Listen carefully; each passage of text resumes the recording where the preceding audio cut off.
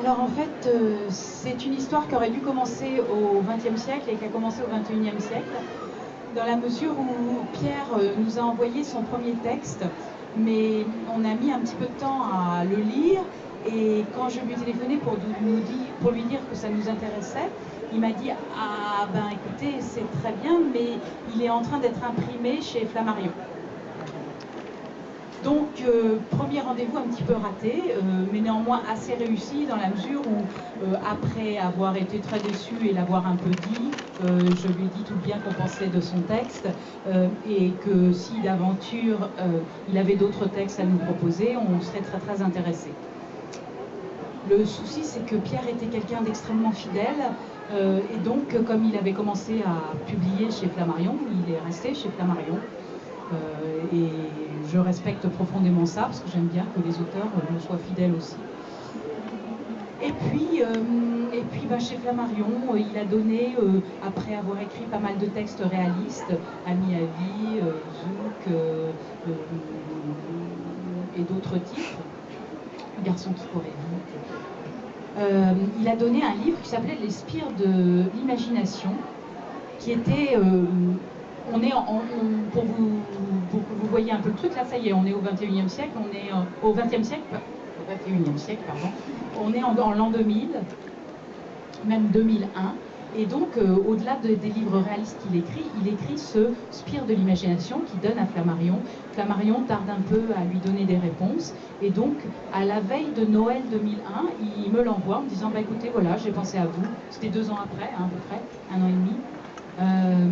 Je dis, ben, c'est génial, vous allez nous envoyer quelque chose genre Ami à vie.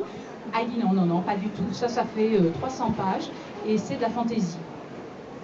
Alors, gloops, je crois que je n'aime pas particulièrement la fantaisie à cette époque, et on n'a jamais publié de texte qui dépassait les 200 pages, voilà, donc... et je lui dis, bon, bah, très bien, envoyez-le nous. C'est difficile de dire, non, ça ne m'intéresse pas, comme ça. Puis on est joueur quand on est éditeur, sans ça, c'est pas la peine. Et il m'envoie ça pour Noël. Noël, on ferme une semaine. Je pensais partir sans manuscrit. Je pars avec un 300 pages de fantaisie qui s'appelle Les spires de l'imagination. Je lis pendant les vacances de Noël et je trouve ça super bien. Alors je me dis, gloops, encore. Soit c'est pas vraiment de la fantaisie parce que j'aime ça, soit voilà, j'ai un problème. Quand je reviens, je le donne au comité de lecture, parmi lesquels il y a des grands amateurs de fantaisie. Et dans le comité de lecture, les vieux, les jeunes, les femmes, les hommes, tout le monde adore. Donc là, ça devient très facile. On téléphone à Pierre, voilà. Il dit, ah bah oui, mais c'est une trilogie, attention. Alors je dis, moi, je n'ai jamais travaillé avec vous, une trilogie, 300 pages chacun. Il faudra, avant que je signe, que vous me donniez au moins un synopsis du deuxième. Il me dit, il est fini. Ça, c'est l'exemple d'un auteur qui n'attendait pas d'avoir un contrat pour écrire. Je veux dire, l'écriture était chez lui quelque chose qu'il avait besoin d'exercer. Il n'avait pas besoin d'être publié, à la limite, il avait envie d'écrire, il fallait qu'il écrive. Donc, on lit le deuxième, on est complètement captivé par le deuxième, et je lui dis, bon, bah, on signe, et il me dit, ah bah, j'en suis à la moitié du troisième. C'était passé 1 mois. Donc ensuite, néanmoins, il y a eu pas mal de choses à revoir parce qu'une trilogie, ça se travaille quand même beaucoup. Il faut faire une bible des personnages, de l'action, parce que même quand on s'appelle Pierre Bottero, des fois on a un Salim qui habite au 11e étage et puis ensuite au 14e. Il y a des petites incongruités, il y a des choses à revoir. Donc là, c'est là où on a tapé un peu fort, c'est-à-dire qu'on lui a fait un arsenal de notes de 40 pages. Il l'a reçu, il l'a pris avec une grâce extrême, il a retravaillé son texte, et il y avait juste un problème que j'avais pas osé, dont j'avais pas osé parler dans ses notes. C'était le nom de son héroïne. Elle s'appelait déjà Camille dans la vraie vie, mais à Gwenda Lavire, elle s'appelait Miette. Et à l'époque, beaucoup d'entre vous étaient trop jeunes sans doute pour le voir, il y avait eu le premier Love Story avec Loana, dont le surnom était Miette, enfin dont le petit nom que lui ont donné ses parents était Miette, et il y en avait plein les journaux. Alors on lui a dit, voilà, Miette. Ah. Et puis du coup il me dit, ah ouais, non mais je comprends. Miette, c'était un petit surnom que j'ai donné à ma fille, donc j'y tenais relativement. Mais bon, oui, Loana, peut-être pas. Il me dit, qu'est-ce que... Alors, à l'époque, on se voyait, qu'est-ce que vous me suggérez? Je lui dis, bah, tous vos personnages féminins commencent par un E. Enfin, il y en a vraiment beaucoup. Donc, peut-être un prénom commençant par un E. Et le lendemain, il y avait Willan sur la table. Et Willan, à l'époque, une occurrence. Maintenant, vous regardez sur le net, un nombre d'occurrences absolument par dizaines, centaines de milliers. Ça veut dire qu'il y a plein de petites Willan maintenant qui sont nées? Ça veut dire qu'à mon avis, il y a des Willan qui seront bientôt parmi nous. Voilà, travail formidable, un homme absolument extraordinaire. Premier salon du livre de Paris en 2003, le livre vient de sortir, mars 2003. Une vente, ça tente. Il faut savoir par où on commence. Hein. On ne commence pas par être connu, on commence par écrire des livres, on commence par y croire. Ensuite, vous pourrez, pour beaucoup d'entre vous, être d'accord avec moi. Les files d'attente, c'était 1h30, 2 heures, c'était fabuleux, mais ils prenaient toujours le temps de parler, de partager. Et au niveau du travail éditorial, ça a été absolument extraordinaire pendant 8 ans. Ça s'est terminé très très brutalement, mais ça a été une expérience absolument géniale de tous les moments. Une expérience humaine très forte. Une expérience humaine, une expérience littéraire, une expérience... il m'a appris plein de choses. Quand je lui ai renvoyé son premier manuscrit, il m'a dit, il y a beaucoup de critiques, mais il n'y a pas beaucoup d'éloges. Ah ouais, juste apprendre à dire à un auteur, ça c'est bien, ça on a aimé, ça on a ri, lui dire là où ça marche aussi et pas seulement là où ça marche pas. Enfin, des tas de choses qui m'a aidé à comprendre sur mon métier, de la même façon que j'espère qu'on lui a apporté des choses à comprendre sur son écriture, et c'est ce qu'il disait en tout cas. Karine, vous qui êtes donc éditrice chez Glénat et qui publiez l'adaptation de la première moitié du premier volume, en fait, je crois que c'est à peu près ça. Est-ce que vous avez rencontré Pierre? Est-ce que vous connaissez, j'imagine que vous connaissiez forcément cette trilogie? Alors non, je n'ai pas eu la chance de rencontrer Pierre, mais comme je travaille dans l'édition depuis 15 ans, j'étais nécessairement au courant du best-seller et du phénomène, et j'ai assisté à Montreuil à ce phénomène dès que, quand on travaille dans l'édition jeunesse, on ne peut pas ignorer Pierre Bottero. Donc c'est quelqu'un qui a marqué l'univers du roman jeunesse. Et par contre, moi, mon compagnon est auteur et il l'a connu et m'a dit que c'était quelqu'un de vraiment adorable. Voilà, humainement, il aimait vraiment son public et il était resté très, très modeste. Mais j'ai pas eu la chance de le rencontrer malheureusement. Alors Caroline, lorsqu'on s'est appelé pour préparer, je vous ai donné un petit texte je trouve qui parle bien de la relation auteur-éditeur. Et je vous avais demandé de lire ce petit passage. Très volontiers, parce que Pierre, au-delà de sa façon d'écrire magnifiquement la fiction, était très réflexif sur son travail et je crois était capable d'écrire des choses extrêmement pertinentes sur l'écriture, extrêmement drôle, extrêmement touchante. Vous trouverez d'ailleurs tout ça sur les... Jubilation quand j'arpente les territoires magiques de mondes imaginaires. Jubilation quand mes personnages s'aiment, se disputent, parlent, se taisent. Jubilation quand j'écris une scène de bagarre.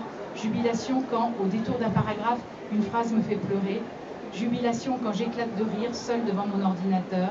Jubilation quand une créature terrifiante surgit à l'improviste de derrière une page. Jubilation quand un mot inespéré me donne le là.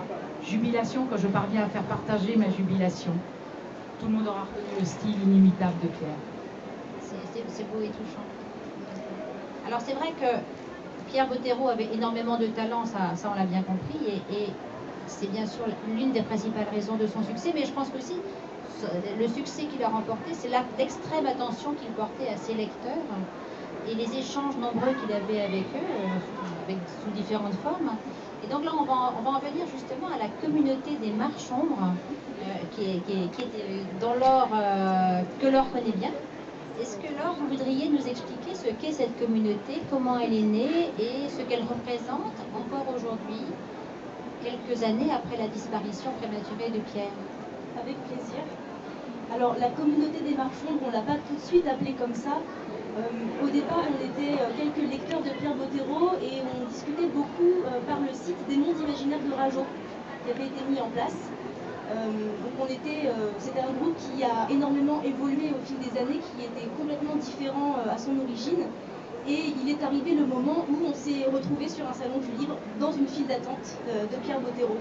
C'était aux alentours de 2007. Donc à cette époque-là, la quête des Willan et les mondes des Willan étaient parus et le premier tome du Pacte des Marchands venait de paraître, si ma mémoire est bonne. Voilà. Voilà, donc ça a été le début de la communauté des marchands. Et le fait de se rencontrer dans la réalité, je pense, a permis de créer des liens qui ne pouvaient pas exister encore par le net. Et suite à ça, on a découvert un forum de discussion qui était indépendant des mondes imaginaires de Rajo, qui avait été pensé par une lectrice, sur lequel on a été plusieurs à s'inscrire. Et sur ce forum-là s'est développé encore plus cette communauté parce qu'on avait un espace infini, on va dire ça comme ça, pour déployer nos pensées, nos réflexions, nos envies, nos rêves, voilà. Et donc on a été très très actifs sur ce forum pendant des années et c'est là que s'est vraiment créé ce qu'on appelle aujourd'hui la communauté des marchands. Donc c'était très fréquent qu'on se donne des rendez-vous sur des salons aux 4 coins de la France pour aller voir Pierre, ce qui devait peut-être lui faire un peu peur d'ailleurs à l'époque. Et voilà, et donc au fil des rencontres, certains liens ont pu se tisser avec Pierre.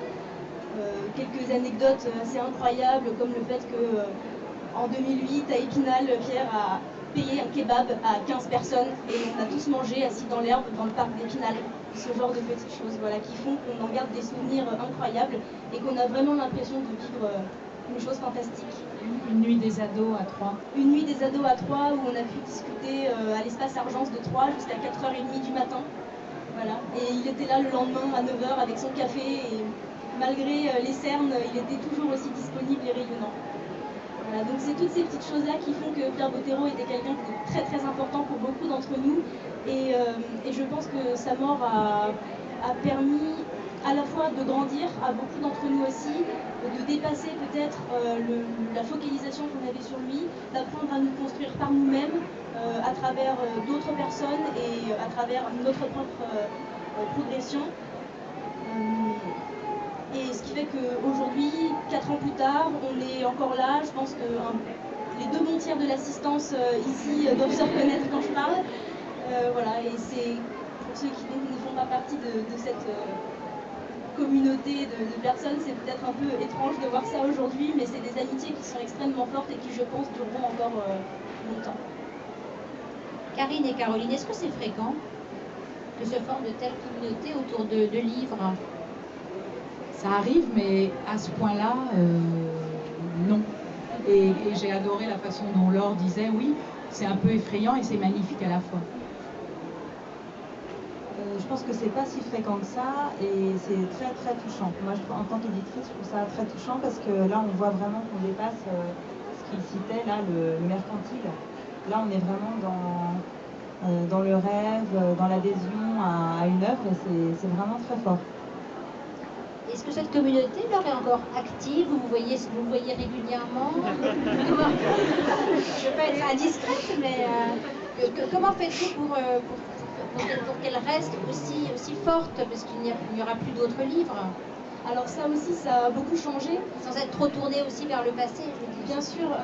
Alors disons qu'au début, le point névralgique, c'était vraiment le forum sur Internet, sur lequel on était tous actifs. Donc on se donnait des rendez-vous par le forum, on créait des sujets de rencontres où tout s'organisait par le forum.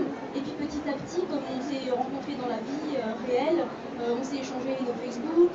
Donc ensuite, ça s'est petit à petit déplacé. C'était plus autant centré autour des livres de Pierre. Même si au départ la part belle était faite sur le forum aux livres, mais même petit à petit des réflexions sont venues qui parlaient soit d'autres livres, soit des réflexions qu'on se faisait dans nos vies de tous les jours et qui n'avaient rien à voir avec Pierre. Et donc petit à petit on s'est détaché de ça, on s'est éloigné, ça restait toujours très important pour nous. Et aujourd'hui on se voit de temps en temps sur les salons, Montreuil et Paris, mais en fait c'est pas du tout l'essentiel de nos rendez-vous.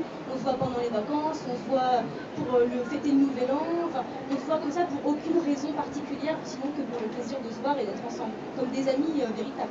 Est-ce que vous êtes tous encore des lecteurs de fantaisie en étant passés à d'autres auteurs? Alors je ne peux pas m'engager pour tous les gens présents dans l'assistance, mais je pense qu'on a tous une inclinaison vers les mondes imaginaires.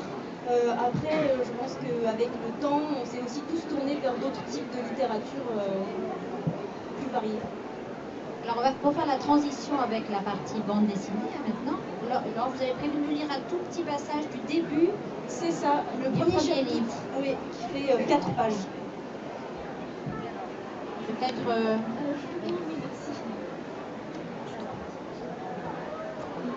Camille était âgée exactement de 4900 jours, soit un peu plus de 13 ans, la première fois qu'elle effectua le pas sur...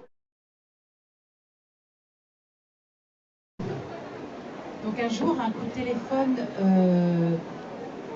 Jean-Claude Camano. Moi, Jean-Claude Camano, je le connaissais et je l'admirais beaucoup pour le travail qu'il a fait avec ZEP.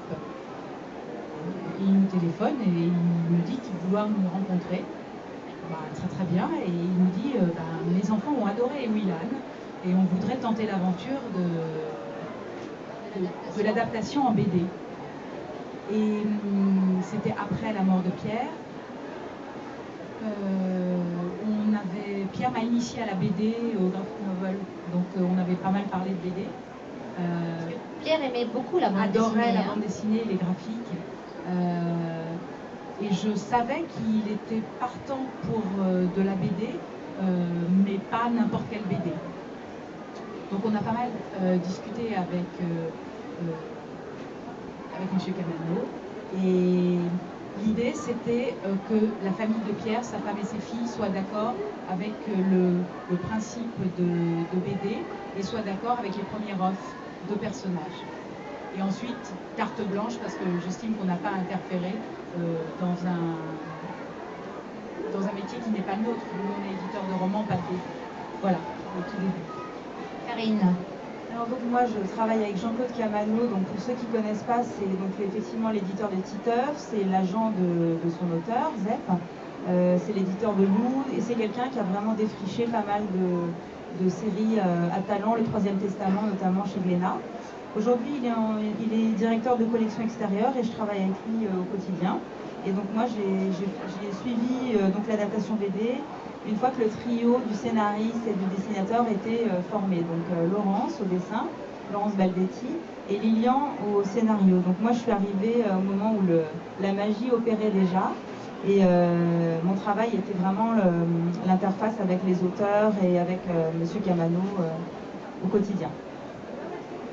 C'est dommage qu'on n'ait pas le scénariste parce que c'est vrai qu'adapter une œuvre comme ça et arriver à la scénariser pour qu'elle soit mise en image de manière fine, j'imagine que ça n'a pas forcément été un travail aisé. Laurence, est-ce que vous pouvez nous parler, vous, de votre arrivée dans cette aventure? Alors, de la manière dont vous avez travaillé avec l'éditrice et puis avec le scénariste. Alors, comme je disais, c'est vrai que c'est dommage de ne pas avoir Lilian parce que je pense que lui a vraiment fait un travail d'adaptation qui est compliqué, qui est complexe, un travail de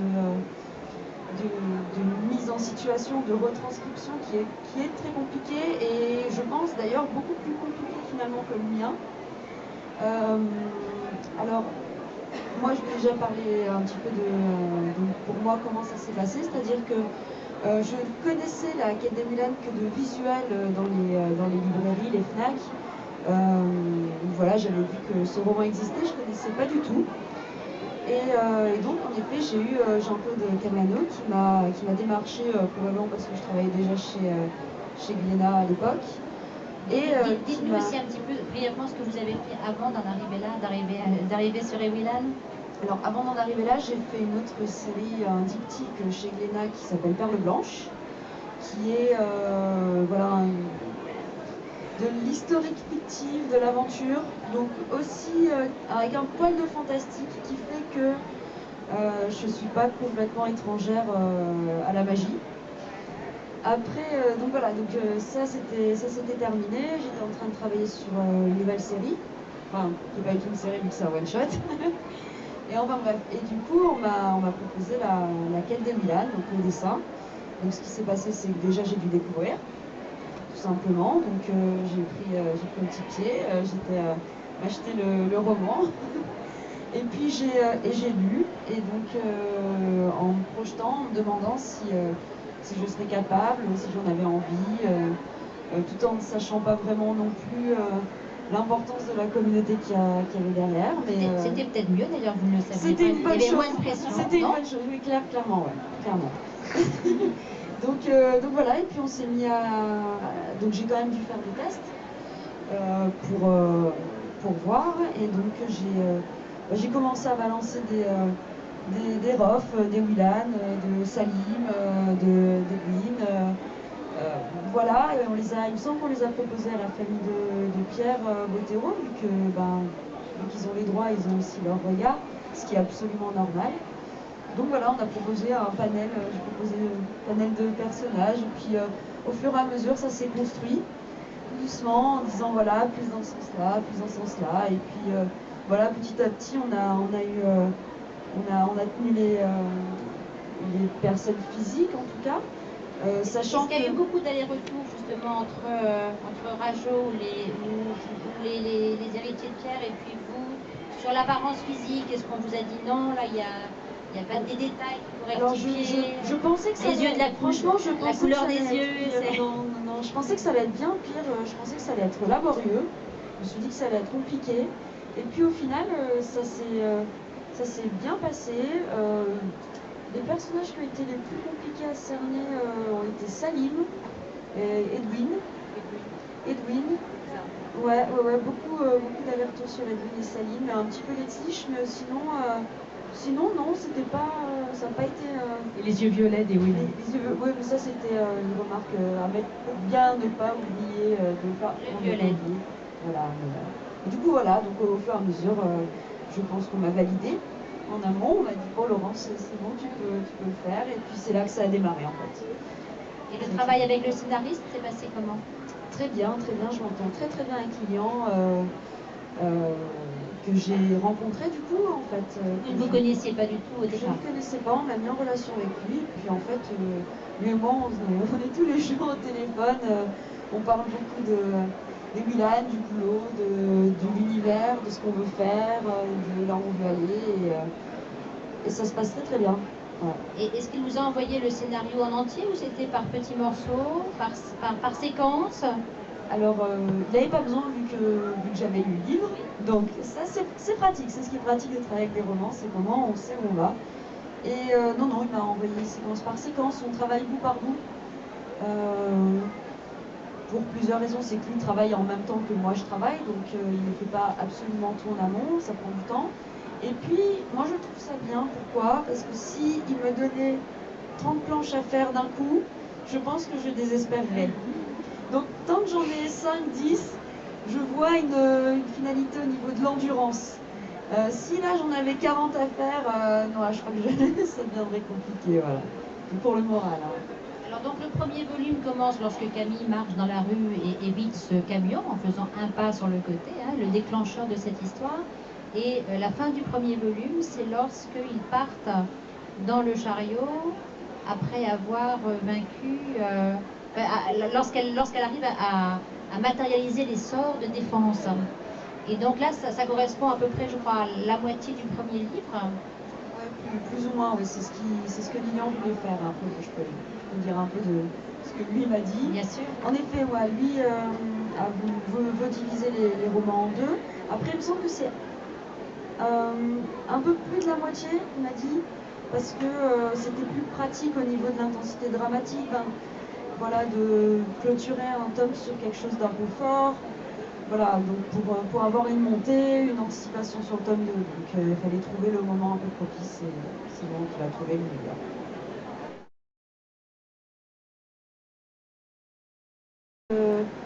Le principe d'adapter un roman, pour le coup, c'est aussi le principe de faire plaisir au lecteur.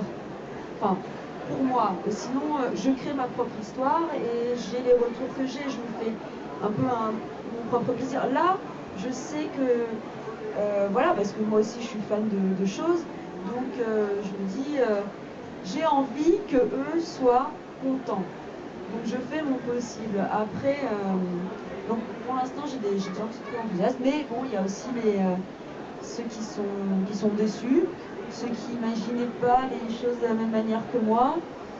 Mais bon, il y a peu de choses à répondre à ça, dans le sens où moi, les choses, je les ai imaginées comme ça. Donc, c'est moi qui gagne, vu que c'est moi qui décide. Tout simplement. Mais je prends en compte les commentaires les plus récurrents, parce que justement, j'ai envie que les gens soient contents. Et du coup, quand j'ai des petits détails, notamment sur la frange des Mélanes qui reviennent assez souvent, et on essaye je vais essayer de faire que les gens soient satisfaits, parce que moi c'est ce que j'ai envie, c'est qu'ils soient heureux. Voilà. Alors, vous avez forcément lu la BD dès le lendemain de la sortie ou le jour de la sortie? Alors, à vrai dire, étant apprenti chez Rajo, j'ai même eu l'occasion de la lire avant la sortie. D'accord, forcément. Il y a des privilégiés. Alors, dites-nous. Alors moi, quand j'ai reçu l'annonce du projet, ma première réaction, c'était de me dire « Oula, danger !» Parce que, comme toute fan qui se respecte, on a toujours une appréhension dans ces univers-là qu'on connaît par cœur, qu'on a lu et relu, qu'on s'est imaginé pendant des années. On se dit « J'espère que je ne vais pas être déçue, j'espère que cet imaginaire, cette imagerie va me convenir, qu'elle ne va pas tuer quelque chose en moi. » Donc j'avais une appréhension, et quand j'ai reçu les planches de la bande dessinée et que j'ai lu la bande dessinée, j'étais extrêmement soulagée parce que j'ai adoré ce que j'ai lu. Non mais je vous jure que c'est vrai, j'avais peur en fait de lire ça parce que j'avais peur de la l'aurais pas déception. viré si elle avait dit le contraire. Mais voilà, donc j'ai lu ça et j'étais vraiment heureuse d'avoir aimé. Voilà. Donc malgré, on a tout son avis, voilà. Mais dans l'ensemble, j'ai adoré la manière dont les images avaient été pensées, j'ai aimé ce que dégageaient les personnages, j'ai aimé la manière dont le scénario était fidèle au livre tout en étant un scénario de bande dessinée, donc avec les coupes qui sont nécessaires. Voilà, donc dans l'ensemble, moi j'attends le tome 2. Et on a parlé du fait que la BD c'est génial parce que ça donne du mouvement aux mots. Et ça je crois que ce que Laurence a très très bien réussi, c'est à mettre les personnages en mouvement. En mouvement quasi perpétuel d'ailleurs. Donc là, c'est ce que Laurence va faire, elle va dessiner en direct. Attention.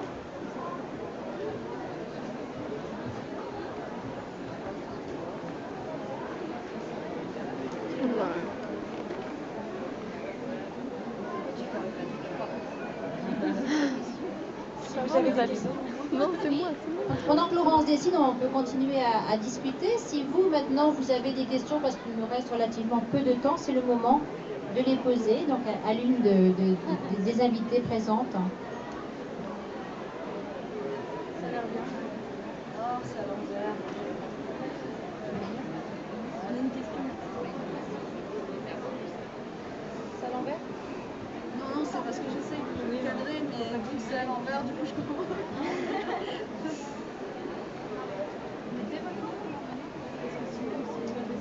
Moi, je voulais juste demander, en fait, comment vous avez eu l'idée de dessiner l'imagination comme vous l'avez représentée? Parce que c'était pas forcément évident à traiter. Du coup, je me demandais comment vous avez fait pour représenter l'imagination et les spires des Mélanes comme vous l'avez fait. Alors, je suis très mauvaise à parler et dessiner un temps. Donc, pour ce qui est des spires, je ne l'avais pas du tout imaginé comme ça. C'est-à-dire que donc Lilian m'avait dit tiens, pour la page de garde on va faire les spires. Ok. Et en fait moi j'avais imaginé des vortex, un peu comme dans les films de science-fiction quand genre le vaisseau spatial passe en hyper vitesse et ça fait un tunnel. J'imaginais ça et quand j'ai dit ouais on peut faire ça, il m'a dit ah mais c'est pas du tout ce que j'imaginais. Donc déjà entre nous on est confrontés et donc il m'a expliqué lui ce qu'il voyait. Donc, et qui finalement est beaucoup plus intéressant parce que sinon j'aurais fait des spirales, hein, voilà. Donc pour les spires, on avait une idée complètement différente et j'ai essayé de mettre en image aussi ce que lui imaginait. Et pour l'imagination et pour le dessin, l'art du dessin, en fait c'est tout simple, c'est que moi j'ai projeté ce que je pense être le dessin si ça devait être magique. C'est-à-dire qu'un dessin ça se crée dans l'esprit. Ça se crée dans la tête, moi c'est de là que ça part, c'est pas du bras. Donc pour moi c'est ça a émané de son imagination, donc de sa cervelle. Et donc Pour moi, c'est ça, c'est tout simplement. Enfin, c'est pour ça que je ne l'ai pas fait, parce que j'avais le choix entre la faire dessiner ou la... Et puis non, en tant que dessinatrice, je me suis dit, si ça devait être un pouvoir magique, ça sortirait de ma tête. Et c'était vraiment un avis purement personnel, quoi. Voilà. Alors, des questions pour Caroline, Laure ou Karine. Mais si on veut laisser Laurence dessiner, parce qu'elle ne peut pas répondre et dessiner en même temps. Donc, si vous avez des questions pour d'autres personnes.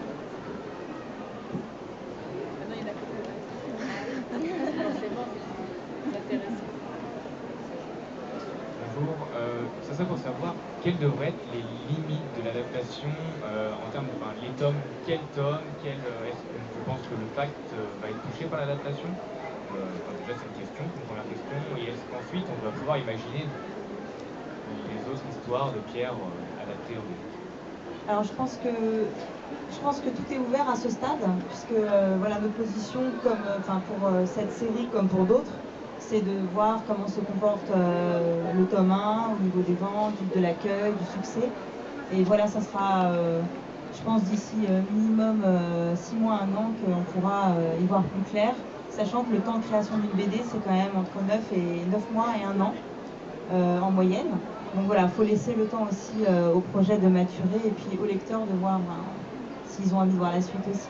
D'accord, donc aucune promesse en fait. Non, mais par contre, rien n'est fermé et au contraire, on serait plutôt ouvert. Mais ça sera une discussion avec les éditions Rajo et voilà, c'est tout ouvert. Je pense que pour l'instant, ça nous fera plaisir. Ce qui est signé, c'est a priori la liberté à Glénat de faire tout est Willan. Quête et moi. Merci.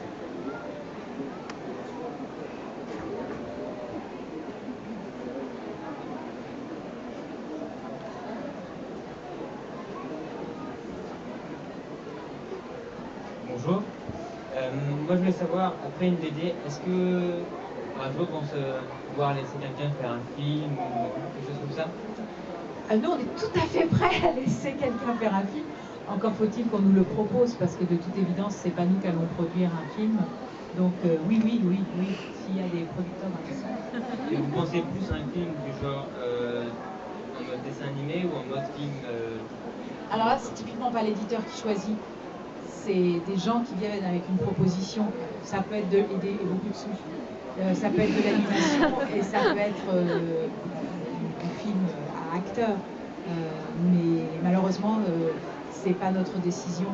D'accord. Mais personnellement, vous en tant que... Moi, j'imaginerais bien les deux.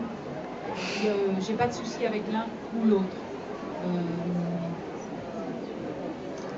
Non? Et vous? Moi j'ai la même appréhension que l'autre, c'est-à-dire que dès qu'on touche à l'œuvre, on me dit est-ce que ça va bien implanter ce que je me suis imaginé, est-ce que ça va pas déformer la vérité, et est-ce que ça va pas enlever de la magie de... Et ce que tu as imaginé, est-ce que c'est ce que Laure a imaginé? Non, c'est subjectif pour et donc, il faut laisser à Laurence ou à quelqu'un d'autre le droit d'imaginer différemment, puis on espère qu'on s'y retrouve tous, mais on a tous une image différente tant que c'est... Il y allait avoir d'autres séries de trilogies en prenant les héritiers des différentes trilogies. Et la trilogie suivante, donc c'était sans doute 10 à 15 ans plus tard, les héritiers de l'autre, de Ewilan et de Elana, qui se retrouvaient à des âges assez similaires. Il y en avait qui étaient un petit peu plus jeunes ou un petit peu plus vieux que les autres.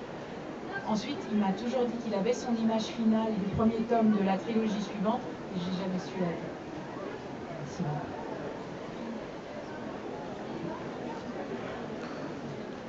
J'étais sûre que c'était les héritiers. Oui, c'est ça. Franchement, les gens ne savaient pas du tout début quand je pense c'est sorti. Alors c'est peut-être encore un peu tôt, mais je voulais juste savoir, dans les lecteurs de la BD, est-ce que vous avez le sentiment que ce sont des lecteurs du roman au départ, ou est-ce qu'il y a déjà des gens qui n'ont pas lu le roman et qui s'intéressent à la BD parce que c'est une BD? Pardon, excusez-moi. Je demandais, avec le peu de recul que vous avez, est-ce que vous avez le sentiment que les lecteurs de la BD sont actuellement que des anciens lecteurs, enfin des lecteurs du roman, ou alors est-ce que déjà ça touche un autre public, parce que la BD n'est quand même pas le même public que les... Oui, non, je pense que ça touche un autre public. On touche nos publics de BD jeunesse, enfin nos lecteurs qui aiment la bande dessinée jeunesse. On touche les lecteurs d'Heroic Fantasy aussi. Et bien sûr, je pense qu'on est suivi par les lecteurs des Willan. Mais les lecteurs des Willan ne sont pas les seuls lecteurs de la série BD. Et tous les lecteurs des Willan n'ont pas non plus eu la BD entre les mains. Mais je pense qu'on touche un public plus varié que le roman, plus large.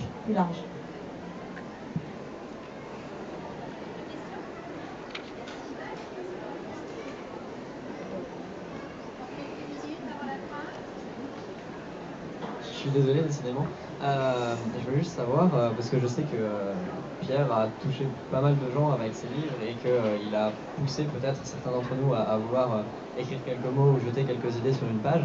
Est-ce que, une fois que La Quête des Willan, Le Monde des Willan et Le Pacte des Marchands sont parus, vous avez reçu plein de manuscrits de jeunes qui voulaient tenter leur chance, ou est-ce qu'il n'y a pas du tout eu cet effet-là? Si, il y a eu cet effet-là. Tiens, je vais laisser Laure répondre. Alors, moi, chez Rajo, je travaille un petit peu au comité éditorial. Et donc, je lis beaucoup les manuscrits que tout le monde nous envoie. Et effectivement, on retrouve pas mal de romans qui sont clairement dans la mouvance de Pierre Bottero. Dans les lettres de présentation des romans, on a très souvent des gens qui se réclament de Pierre, qui disent voilà, je vous écris parce que quand j'étais ado, j'ai adoré lire les livres de Pierre Bottero et c'est lui qui m'a donné envie d'écrire. Et c'est pour ça qu'aujourd'hui, c'est à vous que j'envoie mon manuscrit. Voilà, donc oui, évidemment, il y a un effet. Et je vais en profiter pour dire une chose. Il y a beaucoup de jeunes, effectivement, qui nous envoient des manuscrits, et des manuscrits qui ne sont pas forcément dénués de talent, loin de là, mais qui sont souvent beaucoup trop longs. Parce que je pense que je prends toujours cette métaphore de la course à pied. Avant d'écrire un marathon, une trilogie, un livre de 300, 500 000 signes, je crois qu'il faut écrire plus court pour apprendre ce que c'est qu'une structure, pour apprendre ce que c'est qu'une progression littéraire, pour apprendre ce que c'est que des constantes qui sont propres à un roman. Avant de courir un marathon, il faut commencer par apprendre à poser son souffle, à faire 1000 mètres, 5000 mètres, 10 000, 10 km, 20 km. On ne peut pas commencer par écrire 500 000 signes, ça me semble délirant. Et d'ailleurs, prenons l'exemple de Pierre. Ami à vie, c'est 100 000 signes. C'est hyper court et il a écrit pas mal de livres courts avant d'écrire des livres plus longs.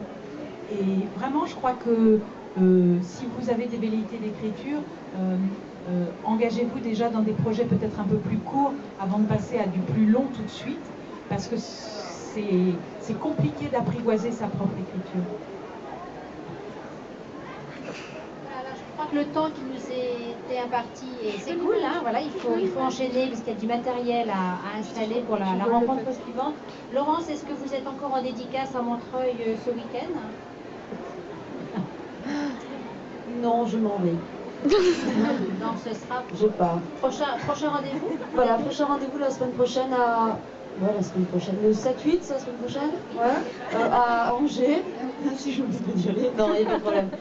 Voilà, c'est ça. Donc, festival BD, il me semble assez gros. Donc, plein d'auteurs aussi. S'il y en a qui sont amateurs de BD, qui sont dans le coin. Il y aura plein de trucs. Il y aura moi. Et voilà. Donc, je vous donne rendez-vous là-bas. Sortie du tome 2, Karine, est-ce qu'elle est déjà programmée? Je pense qu'on va faire en sorte pour que le tome 2 sorte dans les mêmes dates que le tome 1, j'imagine, pour qu'il y ait un espace d'un an. Donc, je dirais octobre, voilà, on va faire notre mieux. Rendez-vous à Montreuil l'année prochaine, alors. Voilà, c'est ça. Bien, en tout cas, merci beaucoup à vous toutes d'avoir si bien parlé de cet univers et de Pierre Bottero, et merci beaucoup à vous aussi d'avoir été très nombreux et très présents, et une belle qualité d'écoute. Merci.